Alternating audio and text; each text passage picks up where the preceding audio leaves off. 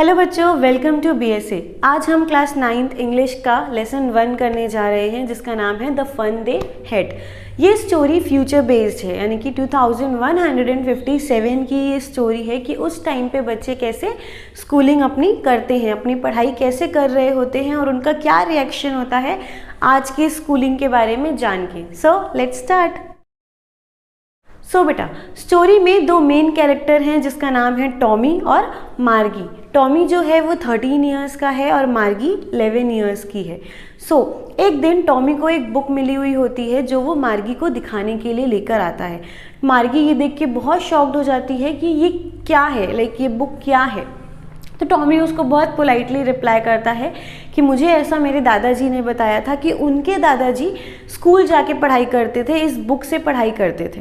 ठीक है, तो मार्गी वैसे भी स्कूल में अभी इंटरेस्ट नहीं रख रही होती है क्योंकि उनकी जो पढ़ाई होती है बेटा वो उनके घर में ही होती है, यानी कि उनके बेडरूम के पास वाले ही रूम में एक मॉनिटर लगा हुआ होता है और उनको एक रोबोटिक टीचर पढ़ा रहा होता है।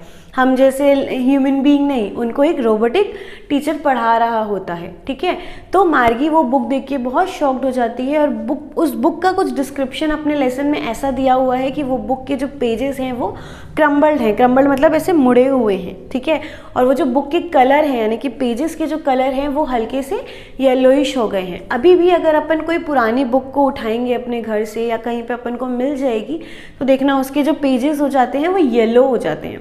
ठीक है, तो टॉमी और मार्गी के लिए वो बहुत शॉकिंग था कि ये किस टाइप के वर्ड्स उसमें लिखे हुए हैं।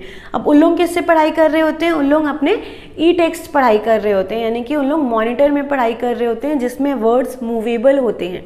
बट अपनी बुक में क्या होता है बच्चा, वर्ड्स मूवेबल नहीं होते हैं। तो टॉमी वो देख के बहुत शॉक्ड हो जाता है, मार्गी वो देख के बहुत शॉक्ड हो जाती है कि कोई इससे कैसे पढ़ाई कर रहा होता है। ठीक है, और टॉमी फिर ये बोलता है कि इस बुक से कोई कैसे पढ़ाई कर सकता है, क्या ये बुक कंप्लीट करने के बाद वो फेंक देते हैं? क्योंकि हम तो अपने जो मॉनिटर में पढ़ाई कर रहे होते हैं उसमें मिलियंस ऑफ बुक को हम स्टोर करके रख सकते हैं। तो उन लोग बहुत शॉक्ड हो जाते हैं कि इस बुक को तो पढ़ने के बाद सब उसको फेंक देते होंगे, जबकि हम अभी भी मिलियंस ऑफ बुक्स को स्टोर करके अपने मॉनिटर में रख सकते हैं। ठीक है, तो मार्गी वो जो बुक देख के शॉक्ड होती है और वो ये बोलती है कि इससे कोई कैसे पढ़ाई कर सकता है और ये किस चीज़ के बारे में बुक है। तो टॉमी उसको रिप्लाई करता है कि ये स्कूल के बारे में है। मार्गी इरिटेट हो जाती है और थोड़ा सा उसको समझ में नहीं आता है कि कोई स्कूल के बारे में कैसे लिख सकता है।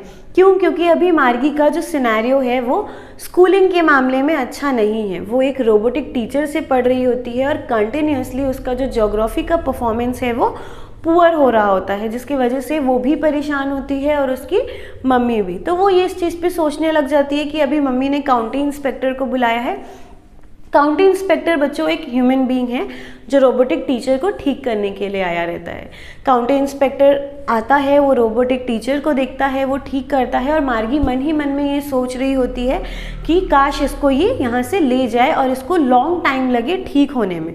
बट ऐसा नहीं होता है। काउंटी इंस्पेक्टर रोबोटिक टीचर को 1 घंटे में ही ठीक कर देता है, जिस वजह से मार्गी और अपसेट हो जाती है। ठीक है, क्योंकि उसको वापस से पढ़ाई करना पड़ता है। और वो काउंटी इंस्पेक्टर उसकी मम्मी को बताता है कि परफॉर्मेंस मार्गी का अच्छा है, जबकि रोबोटिक टीचर की जो स्पीड है वो एज लिमिट के हिसाब से चेंज हो गई थी, यानी कि मार्गी अभी 11 ईयर्स की है बट वो रोबोटिक टीचर उसको हाई लेवल ऑफ स्टडी करवा रहा होता है, जिस वजह से मार्गी का परफॉर्मेंस पुअर हो जाता है। ठीक है बेटा, उनके मॉनिटर में एक अलग अलग स्लॉट हुआ करते थे जो कि उनको रोबोटिक टीचर बताता था कि like you have to pinch your homework, you have your assignment, ऐसे करके एक अलग अलग स्लॉट हुआ करते थे।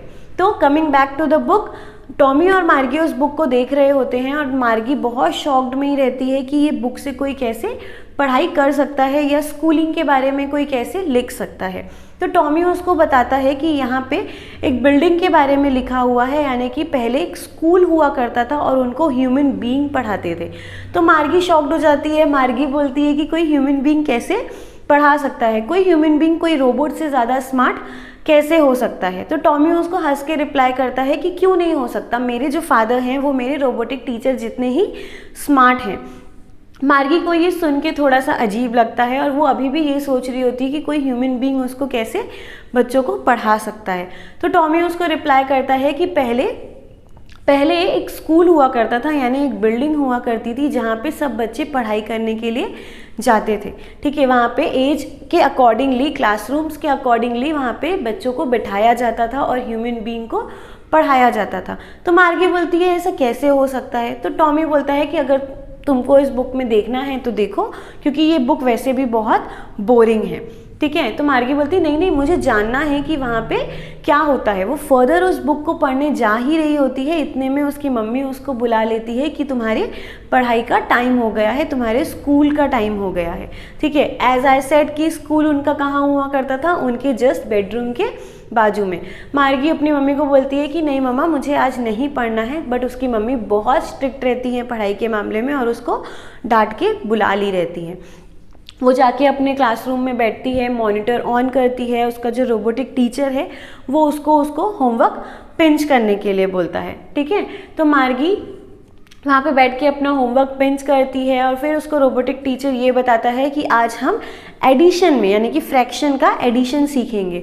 बट उसके दिमाग में वही चीज़ चल रहा होता है कि पहले के लोग कैसे पढ़ाई करते थे, पहले के लोग एक ही क्लासरूम में सब बच्चे मिल के पढ़ाई करते हैं, एक ह्यूमन बीइंग पढ़ा रहा होता है। उसके दिमाग में यही चल रहा होता है कि पहले के लोग कितना अच्छा फन करते थे। So this is the story the fun they had. So आपको ये स्टोरी कैसी लगी कमेंट कीजिएगा और मीट यू सून, बाय।